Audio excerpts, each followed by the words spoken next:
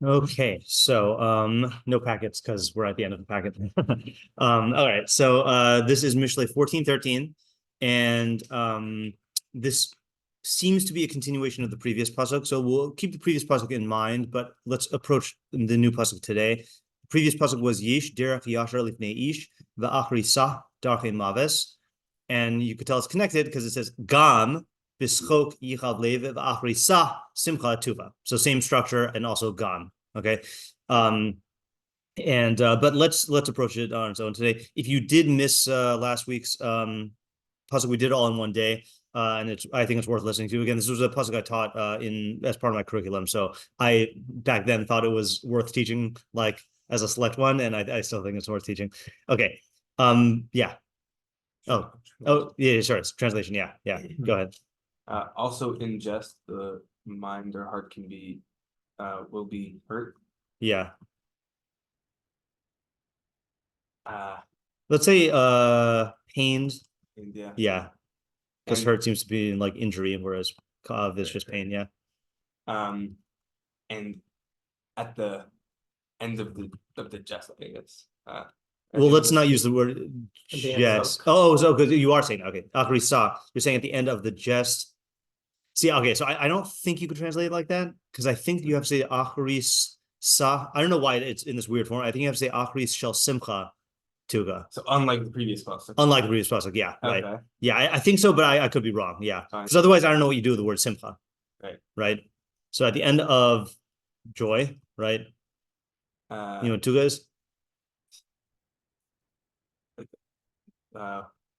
So yeah, Tugasimo, right. So Lashon Yagon v'Itzavon is what the Mitzusion says. So how do you translate Yagon or Itzavon? Sadness. Yeah, sadness. Okay, right. Yeah, is sadness. Yeah.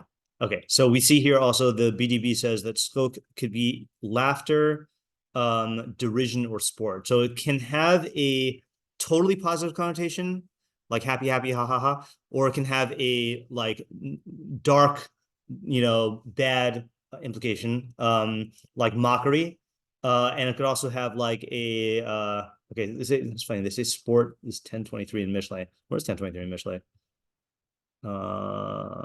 Oh, let me see if I can get it. Something about Asos Zima and a Kseel, maybe. Let's guess and see if it's right.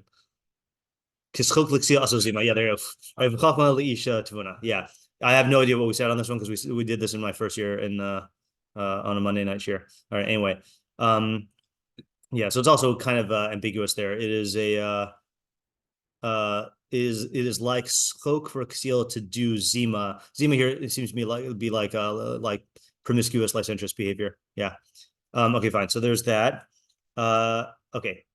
I stumbled upon a methodology point in the translation of Sadigon here. Okay, you know how Sadigon is always adding a hey when we do Sadigon translations? Does that ring a bell? Yeah, like it's always adding the, right? So here you have Sadigon in the translation part says, hold on, Gam hatzchok yachiv es halev. So also the jesting. I don't know why I changed schok to schok. And I also don't know what the difference is, right? Laughter. I guess it was a laughter. You translate it as sport. I mean, I also know that simple is used as sport. Right, that's true. Sport. Mitzachik. Yachiv es halev will pain the heart. Va'achris hasimcha tuga. And the end of the joy is sadness. Okay, so then Kafech explains, Barur she'en lahalos alev ki ha'he shel va'achri sa haisa lifnei rabbeinu b'teva simcha. He says it's clear that you shouldn't even think that the letter hey, that the letter hey was in front of Rabbeinu on the word simcha. I mean, yeah, it was achri sa simcha. It was not achri ha simcha. Yeah, correct. Yeah, right. Ella shekasav der al der hapero. She's just writing it by way of explanation, right? So in other words, I think we can extend that to all Sadigons when he puts in the hey. Which I mean, I assume that in general, but Kavach is just like what is it called? Endorsing my intuition that like Sadigon is just interpreting it. And I added in Sadigon's commentary here because it's so short and it just illustrates what he means. He says, Zem yuchad b'simcha u'v'schok shemuzharim alehem, that this is specific to schok and simcha that we're prohibited regarding. So in other words, he's saying like, so the definite article of hey means like it's almost like you'd say also the laughter of sport will pain the heart, and the end of that joy is sadness. Okay, meaning that specific joy. Yeah, that could also be why he uses tzachok instead of tzachok. Correct. It's more of like less neutral and less good. Yeah, really, like more in the negative prohibited side. Yeah, okay, good. Oh, I forgot to look at the targum again. Af beguchacha. That's a funny word for laughter. That must be like an onomatopoeia. Nichav liba, the heart is pain. V'sofa dechedvasa chamutza. And the end of joy is chamutza is like bitterness, right? Like chimutz, yeah. So he also says the end of joy. So I think that's why I'm pretty convinced that is the way to translate it. Okay, hold on a second here. Okay, so then we got the English. Art Scroll says, so Art Scroll connects this so much that it even puts a semicolon. So this is a continuation of the last sentence. Even in sporting, the heart may ache. Ache is a good one for Ka'ev. And the end of gladness may be sorrow. Now, they're clearly going off of one specific pirush here, because I don't think there's anything in the pasuk that makes it sound like it is like doubtful, like maybe. It might be that they are taking the opposite approach of Sadigon and saying, and they're confronted with the problem of, really, the end of all simcha is two guys say no, it might be, but all right, Living Nach, there's no rough version on this. So Living Nach says, even with laughter, the heart aches, for in the end, joy will sour. Oh, actually, that sounds like the Targum, right? Because it goes from chimutza, right? Yeah, I actually like that. Although I don't know how he gets that from Tuga. And then also says, even in laughter, the heart may ache, and the end of joy is sorrow. Yeah, okay, fine. So I think we'll keep up Living Nach here and Sadigon. Living Nach, let's say Targum and Living Nach. Yeah, okay. Questions? I mean, here it's almost like Sadigon asked this question for us, okay, which is that what is the scenario? Okay, is this a universal truth, or is it about a specific circumstances? Specific circumstances. Yeah. Okay, so what is schok? Yeah. What is schok in this context? Okay, and then I'm going to put in parentheses here. What does Sadigon mean when by rendering this schok? Yeah. What is yichav? Right. What is what? I guess what is the Ke'ev Lev? Yeah. And then how does schok result in Ke'ev Lev? Yeah.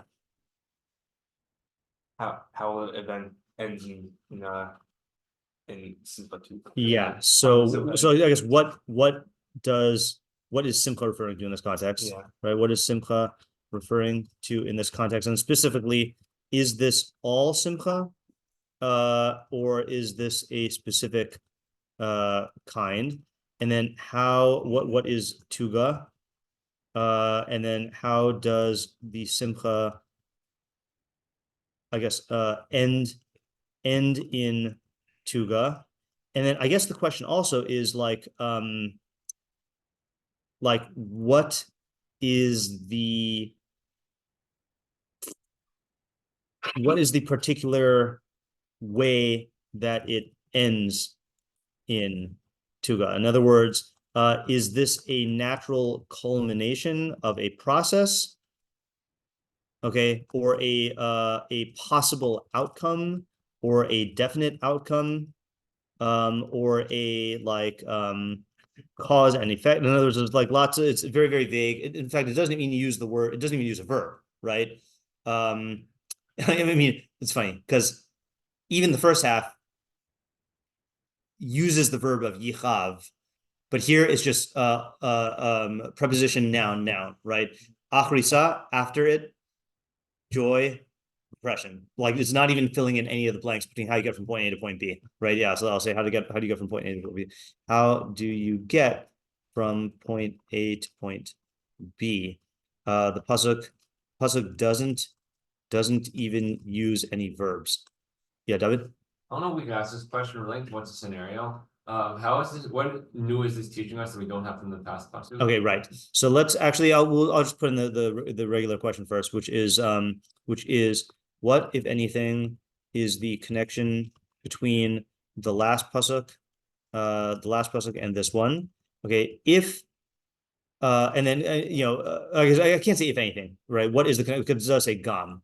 Well, actually, right, well, I'll say what if anything. Okay, and then if this connection is like strong, for lack of a better word, so then what need is there for this pasuk, for our pasuk? Okay, what is the chiddush that beyond what we learned in the previous one? Okay, and then also I'll say, and even if this one is connected, since we were able to learn an independent idea from the last one, what idea do we learn from, like what can we learn an independent idea from this one? Can we learn an independent idea from this one? Yeah. Can I offer a different translation that's not Sure. that by any parish? Yeah. So Gam B'Sfok Yuchav is the same. Yeah. Like also in jest there will be like the mind will have pain. Yeah. And at the end of the I'm not scope? sure, but yeah, I think at the end of the stoke, your simcha will be sorry. Okay, your simcha will be tuga. Okay, that seems The reason seems I good. want to read it that way is like Achri Sa Simcha. Yeah, Achri Sa sounds weird, right? Also with the drop, like Tipcha. Achri Sa, says, like, simcha tuga, right? Yeah. Yeah. What's the word? Schadenfreude, Yeah. right? Right. That and that would be another translation, right? At the end is like a mixture of joy and depression, a sadness. Yeah. Another like alternative translation. Okay. I'm just gonna put it here in case. At the end of the schok is joy, sadness, right? Schaden, I don't know how to pronounce it. Freud. Probably this. Schadenfreude. Oh, that's when you're rejoicing about someone else's. Yeah, right.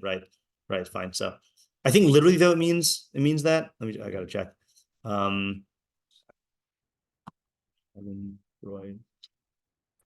Freud. Harm and joy. Yeah. So kind of. Yeah. I guess. Yeah. It's not really exactly. I guess. Yeah. All right. Okay. Do we have all the questions? Yeah. What is leave in this? Right. We did not ask that. So what? And then Isaac is after. What is the lave in this context? Yeah, Isaac. I have a possible approach. Okay, hold on just a second. I think we also need to ask who the audience is. Who is the audience? And then what is the practical application? I also need to turn the volume up.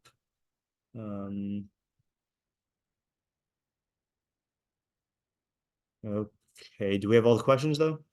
I also want to just add to David's question, which is what is the implication of gam, right? So in other words, if I didn't have the word gam, I would just think that this is a particular case of the previous one. But when it says gam, it makes it sound like it is a related but independent idea, So yeah. What else? Is there anything that we're missing? I think we're pretty good. We asked what the tuga is, right? Yeah. Okay. Yeah, Isaac, what's your approach? So this is something that I think we know from other areas, but I don't know if there's been another Mishlei Podcast about it. That I think it's sort of a Kobayashi idea that like there's this like hava mina that something that is a source of joy is just gonna you're just gonna be able to continue lasting in that joy. Right. But saying that will eventually turn to like pain and sadness. Yeah. And like there's no verb because it's not like a thing that's happened. It's not like there's like a specific event that's doing that. It's just Right. like It becomes it becomes that. Yeah. Okay, so I think that's a good start. Let's just start with it. Okay, so in classical Koheles fashion, Shlomo HaMelech is pointing out that there's a Hava Amina. Okay, read fantasy that I guess experiences of or states of joy and happiness will last forever, but the natural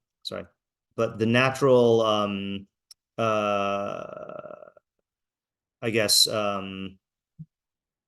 not outcome, but I guess naturally things will return to a baseline. Okay, now my question on your approach is why Yichab and Tuga specifically, right? Because we're not saying, in other words, certainly things will return to the mean, right? But why emphasize Tuga or Ke'ev Lev? So I don't know if you were answering that question, Isaac, or if that's something we need to develop. I think that's pshat, by the way, just to bring a proof from Koheles. I think that is. Oh no, I'm not going to remember this correctly. Okay, I'm not going to search through all the meforshim here, but I think in the classic time for this and a time for that. This is in the beginning of chapter 3. So I think he has skok here. Yeah. Did I just miss it? Oh yeah, ace leave kos, ace leaves chok. So a time for crying and a time for laughter. Ace photo, ace for code. A time for eulogizing and a time for dancing. Yeah. So I think one of the meforshim says that it means that it's talking about the fact that these things can't last and that you're going to experience the opposite at some other point, so not necessarily that there's a causal connection between the two. And that could be a route to answer this question, meaning that when you are at your moment of happiness, you don't want a reality in which that could be replaced by sadness, but you have to recognize that it can be. And then the question, so I guess I have two questions now. One question is that what it's saying, or is it saying that this particular joy will culminate in sadness? For example, if you take Sadigon, that he's saying that this is talking about the prohibited types, or not prohibited, the bad or prohibited types of simcha and schok. So then it will vadai culminate in Yikav Lev and Tuga. And I'll bring a proof from Koheles as well in 2:14. No, 2:2. What am I saying? 2:2. This really okay. 2:1 and 2. Amarti ani belibi. I said in my heart, L'cha anasacha b'simcha. Come, I will go and experiment with simcha. Now here, simcha is I think plain pshat is partying. Okay, like celebration. Or ebetov, and I'll see myself a good time. V'hine gam hu havel. This too is havel, futile or transient. L'schok amarti meholal. To schok, I said this is insane, or I said this is wildness. Simcha maza osa, and with celebration, regarding celebration, I said, what does this accomplish? So that's like the example of the person who is engaging in this like party, revelry, and then when the party's over, there's a depression that sets in because he couldn't sustain it, and then there's also a feeling of depression because like, what am I doing with my life, or what did this accomplish? So is that what we're talking about, or are we talking about something else? I think there's like several forks you can go off of this idea. Isaac, did you mean one particular approach, or were you just saying the first part? Maybe you can't talk. Yeah, Ezra? Also to build on that approach. Yeah. I was just saying the first part. Okay, yeah. That for Yichav Lev, because I don't know if Isaac addresses that. Yeah. That like at the time of the stroke, like you do know that it's affected. Oh, that's interesting. Okay. And it's like it kind of pains you. So it's right. So that's another thing that we didn't ask, which is when does this happen? Right. When does this happen? Okay. So like simultaneously or later, and if later, how much later? Yeah. So let's just say I just want to actually map out these possibilities here. Okay. you want the joy to be pristine and eternal, but simultaneously, you know that it's not, and that causes you pain. Okay, another example is that the joy will last a certain amount of time, but inevitably you will encounter other things in your life which make you sad. Okay, I think I said one more.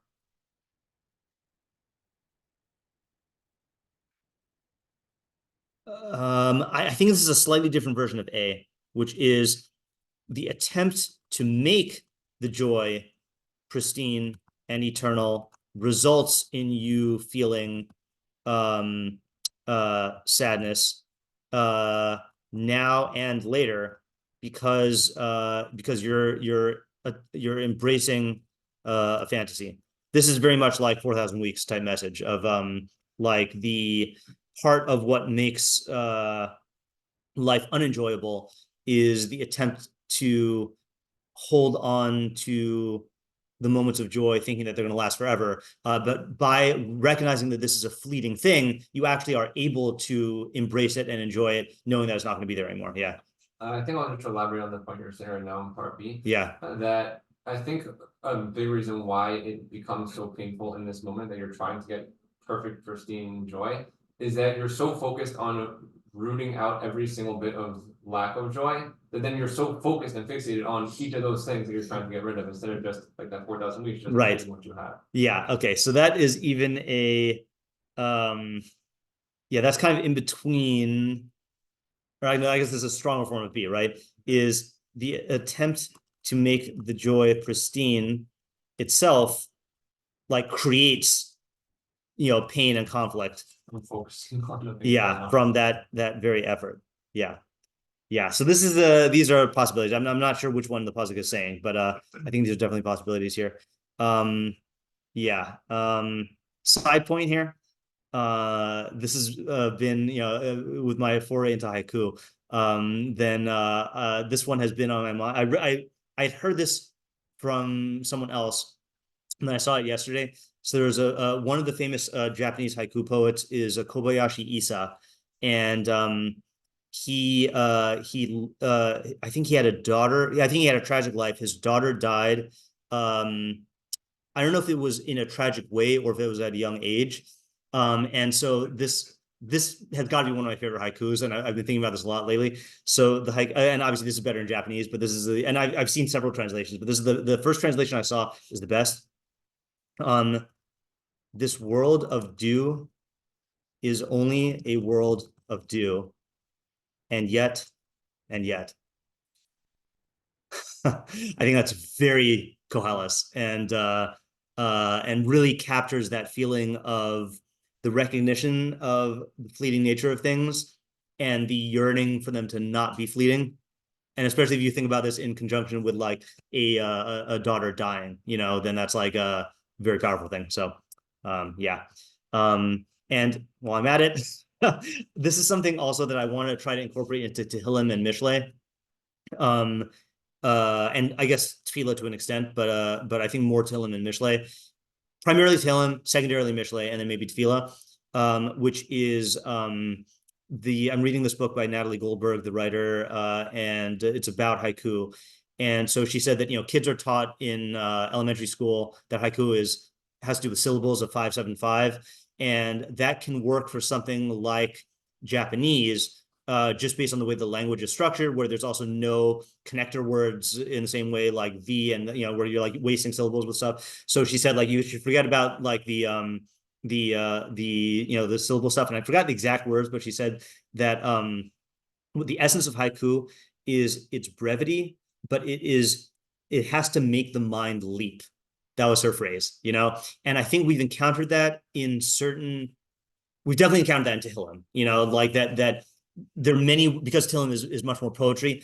There are ways to say things in a more direct manner, but David Melech says them in a way that like pushes your mind or pushes your imagination or pushes your emotions to like get the meaning, but also to like get a certain thrust of where your mind is going to go. And I feel like in Mishlei also, we've spoken before about how like, you know, certain English proverbs are just stated directly, like two wrongs don't make a right, you know? I mean, I guess that's a little bit poetic as well, but like in Mishlei, you know, I think we should try to be more sensitive to the nuances of the language. Like again, like the way that I'm pointing out here, and the, you know, and the end, joy, sadness, like the omission of verbs and the omission of tenses, like, you know, like forces you to encounter these concepts in a specific way, which is different than yichav lev, you know. So I think we should like just be cognizant of this. And there's certain people on our Monday night shiur who are cognizant of this. Whenever we have Zach in the shiur, Zach is very aware of these things, and then and then Noah is also very aware of these like more literary things. So I just think that these are, you know, another dimension of Mishlei that we should be aware of. Yeah. Also, because I've been thinking a lot about Sarah Batavis and translating the Torah into Greek, which I hopefully want to give you on tonight. And how much you lose in the translation, you know, then like, you know, I think that's just something. All right, side commentary. Anyway, okay, other approaches, or actually, let's just flesh out Isaac's here. So then, what's the? Can we boil this down to a practical application other than don't give into fantasy? You know, like you know, can we make this more practical? Like, and this is a difference between Koheles and Mishlei. Koheles is a practical book, but it's about how you set up your life and how you envision the types of happiness that you choose. It's not a decision-making book. But Mishlei, the way we learn it, is a decision-making book. So if this pasuk were in Koheles, I'd say that we have an idea. But because it's in Mishlei, I feel like we need to make it actionable, you know? Yeah, David? Well, I think to recognize as you are partaking of pleasure, I think like the 4,000 weeks vow, recognize as you're partaking of pleasure that it's not going to be something that's wholly enjoyable. Yeah. I think you can recognize that, then you will have, when you are partaking these pleasure things, you actually will enjoy the pleasure instead of trying to make it some grand thing. Right. That's good.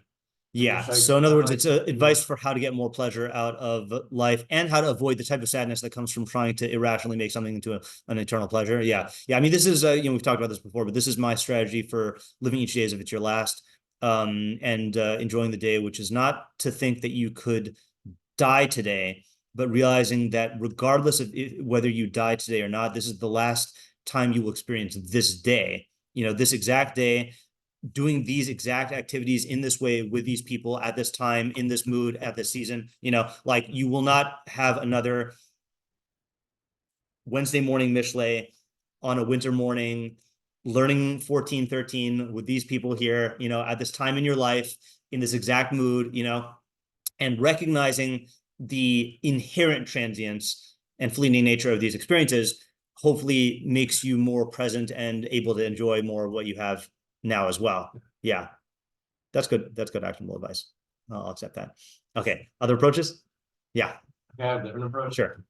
So I think that when a person is looking at other people who are enjoying themselves, having a good time, partying, whatever it is, there's definitely a lot of showiness that comes from the look at how happy and look how great things are. And if you look at it just in this one moment, you look at this other person, excuse me, then it could definitely, there could be a lot of, I wish I had this and I want to live the same exact lifestyle. But you should know while looking at another person, that their joy and everything that they're showing is not actually something that's going to ultimately be joyful. Yeah. Okay. Hold on. You unlocked the chiddush in my mind about something else. So I might need to hear the second half of the idea again. Just give me 1 second. Sure. Yeah. So so I got the first half. So let me just get the first half here. Is a lot of the enjoyment in partying is like, you know, the image you project, all right, to others and to yourself, of having a great time, right? Yeah. Now, what was the second part of what you said? And then for the second half, I'd say in the Haman style that you should look at other people and recognize as they're doing this, that this is not actually going to be ultimately good for you. And as much as you want to do that because this image that they project, that image is not actually an enjoyable thing. That life is not an enjoyable thing. So don't chase after that. Okay. So this is saying, this is almost a different translation. which is even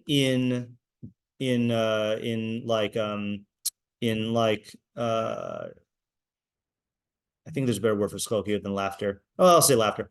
No, I don't like laughter. Yeah, I'd say yeah, revelry. Even revelry, that's good. One's heart should be pained. Okay.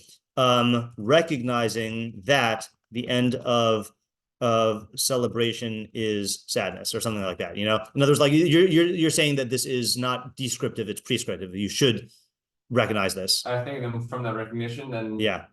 I mean, I was looking at, I think you could take a different, like a fork on different ways, and whether you for yourself as you're in the middle of revelry or look at other people in their revelry and recognizing I'm not even going to start with that because it's going to one. Right. So I think the reason why I like this approach is because it really fits in with the previous pasuk, right? That there's a straight path before man, and at its end are ways of death. That the yashar part is only looking at the partying in isolation. And if you just have party in isolation, that you could just not continue it, not develop the bad habits that it has, not have the consequences of it, then it would be totally good, But you have to look at the end of the path and see where this leads, and then that should pain your heart, about that. Yeah, that's good. The insight I had, by the way, not directly related to this, but I've been, I think I could probably check this if I look at Google Photos, but I'm not a selfie person. Okay.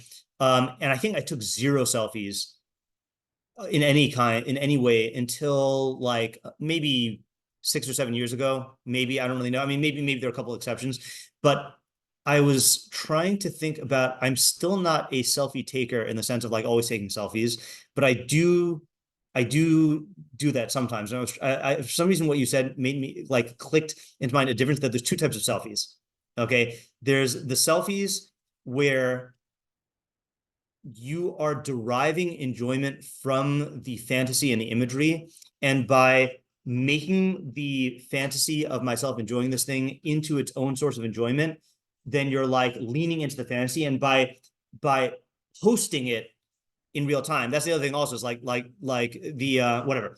I think in selfie culture, the fact that people it's a very real-time thing of always taking and posting selfies, to all the people around them and projecting this idea of having a good time. You buy into your own fantasy, that's one type of selfie. The other type of selfie is more about the wanting to preserve the present moment, so that knowing that in the future you can look back on it and derive enjoyment from the memory, and I think those are 2 qualitatively different selfies. Yeah. I think also like the fact that a lot of selfies that are like posted, Yeah. like they're inherently not like lasting. Yeah. So there is no like, memory of it. Right. Like, for Snapchat, for example. Exactly. Yeah. Like you got like 10 seconds to see it and then like it's gone. Right. That's a good point. Right. That the very medium lends itself to that shot. Yeah, I think that's good. But I do think that the point I'm making about it and regarding the first half of David's statement there, and really, yeah, it's the first half of David's statement, but I think also more relates to Isaac's idea, is I do think that the like reveling in the imagery of the self-reveling is a higher level, and I mean that in a bad way, a higher level of self-delusion fantasy, meaning that you're taking yourself more out of the moment, by doing that. And I think that's why I feel like I've read this. Again, I don't go to concerts, but I've read that there has been, I guess, a push that there are certain concerts where they actually ban cell phones or ban smartphones,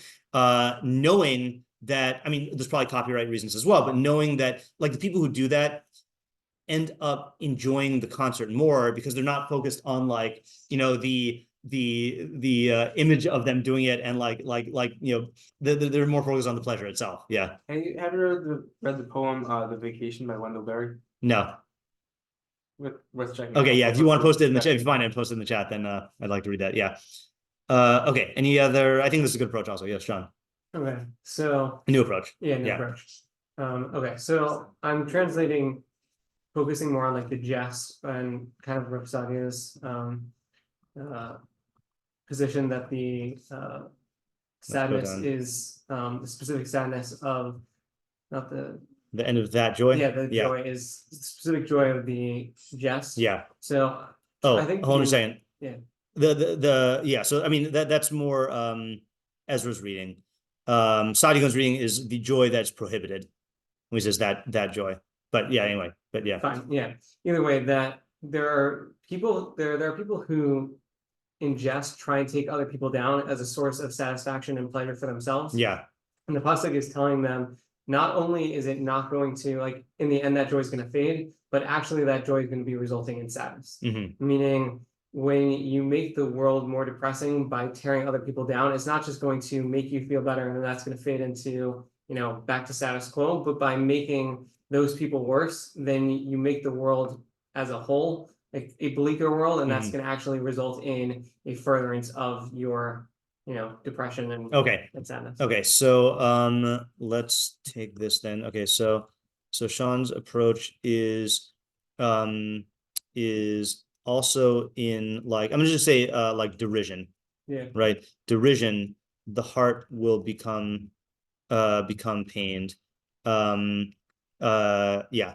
Whose heart though? Like, so I think you're saying that it is the Personally. point is that it's the heart of the mocker, but I think it is a deliberate ambiguity in the sense of like I mean on some level that you're causing pain to the other person, but it's gonna end up being your pain, Yeah.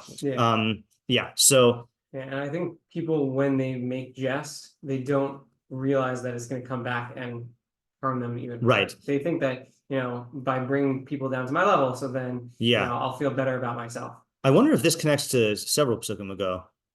Because didn't we talk about the lates? Bikish lates, no, not that one. Evilim Yalit Asham Uvein Yesharim Ratzon. And then you live you de amaras nafsho of simchas lois arav zar. Yeah, I wonder if we can connect these things. Okay, but we'll get the main idea first. So when you mock and deride others, okay, for whatever reason, like, so for example, I'm just gonna put this here just so I remember, the lates does this to boost himself through putting other people down. Okay. Not only are you causing them to feel pain, but by making the world around you bleaker, you're setting, so I want to understand how this happens, but you're setting yourself up to feel pain. So how exactly does that work? Yeah, so essentially I think that it creates for you an environment where if you actually see a truth to this jest that you're doing, and you deride people enough to the point where you see them as lesser, so then everybody that you look at is somebody who is worthless, and all the things that they're doing are pointless, and that just creates a very depressing world. You have no role models and no people to look at as a positive source of influence within your life. And so in the end, that's going to harm you as a person, because now everyone around you looks as terrible as you are. All right, I'm going to open this up and just say it does this in several ways. I don't want to limit it to one thing, and I don't think the pasuk is telling us how. So one is what you're saying now, which is that by looking at everyone and everything around you as inferior and worthless, then you basically float through life adrift in a sea of worthlessness, which will ultimately color the way you see yourself. Yeah.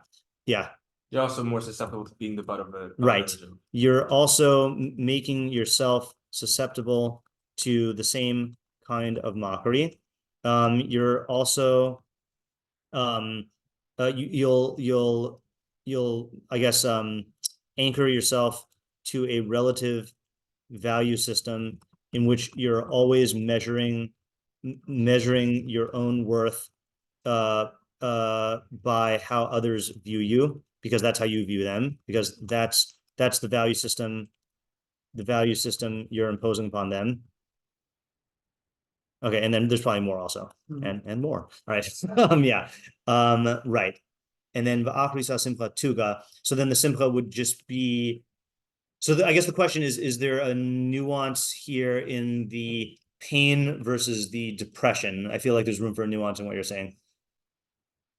Yeah, that's where I was a little unsure about whether Yeah. or not to translate lave as heart or mind. Yeah. In that, is it corrupting the way in which they see the world? Yeah. And that causes like a pain, like a damage to the mind? Or is it that, emotionally it's... Yeah, I'm inclined to think that lave here means emotions, because I don't think cave means pain, not damage, and I don't think the intellect can feel pain, sometimes on the internet. But yeah, yeah. Okay, this is good. Let's do this. Unless anyone has anything else, let's do Mitsuda's David just to start working on that. Mitsuda's David says. I'll actually see what he said again for 12, just in case it's relevant. Yesh derech, yesh, did it omit the word? Yesh derech yashlim yesh, yeah, he omitted it. Nira be'enav ki yashahu, it seems in his eyes that it's straight. B'achrisah of achrisah, aval sof hadavar hu midarche mavis. Midarche mavis. Its end is from the ways of death. That's different than what we said before. Okay, I don't know if that's gonna matter, but let's see. Gam b'schok afilu ba'avur ribui haskok. See, he also qualifies it like Sadi going that even on account of, or for the sake of excessive skok, im kilo avar bezel al mitzvos Hashem, even though you're not transgressing mitzvos Hashem. So he's saying it's not a prohibited skok, but it's an excessive skok. Mikomakom yichav libo be'es yikabel hagemul al shepana libo levatala. Nevertheless, you will receive your punishment from the fact that you turn your mind or your heart to idleness. Im kain sofa ti asher hasimcha tihafet letuka. And if so, then ultimately the simcha will transform into tuga. Yeah. What were you gonna say? I was gonna say midarche mavis is like from the set of paths that lead to death, like not actually from. Yeah. That's how, like, of the paths. Right, is one of the paths of death, right? Yeah, of the paths of death. Yeah. I want to think about that on its own to see if there's another idea there. But I think this idea stands independently here. So what is he saying? So he's saying a little skok is fine, right? But excessive skok is going to lead to consequences davka from turning your mind to batala, and the result of that is that the simcha will transform into tuga. So what is he saying here?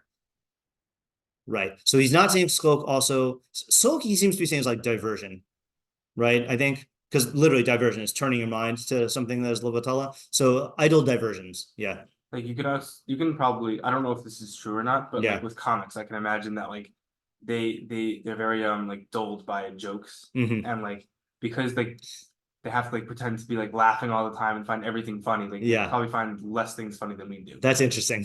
That's interesting.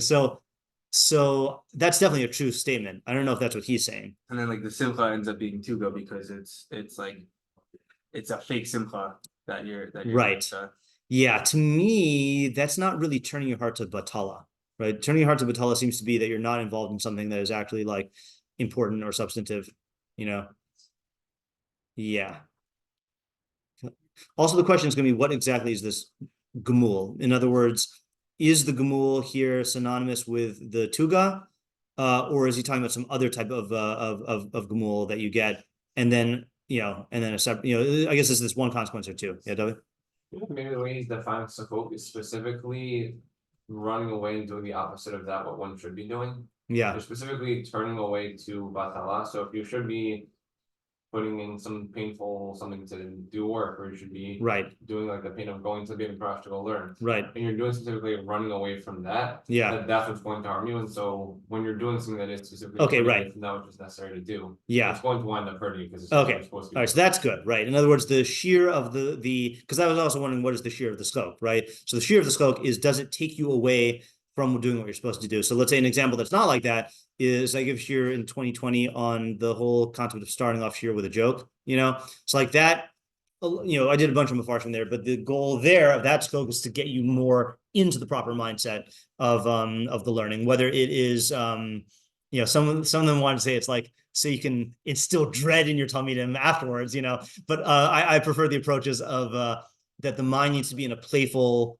space in order to have productive learning. it needs to like be, like free and let your like, intuition play and like joking, does it. So that serves a purpose, right? But that's not getting you away from what you need to do. That's getting you, that's getting you more into what you need to do. But if you're getting away from what you need to do, and it actually is something you need to do, so then there's going to be consequences from avoiding that, and those consequences are going to come back. That's a good baseline conservative approach to his words. Yeah, Isaac.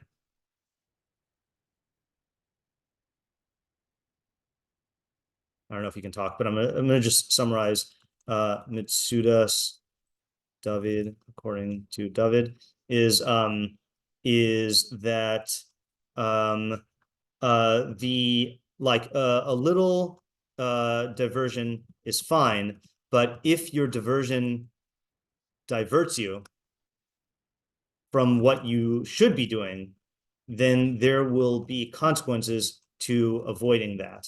Yeah, so let's develop that tomorrow, and let's just quickly recap here. So we have Isaac's general approach of trying to make the joy and happiness last forever, and then that's going to result either it's not, or the strain or the attempt or something like that is going to undermine it, and you're going to end up experiencing pain as a result of that.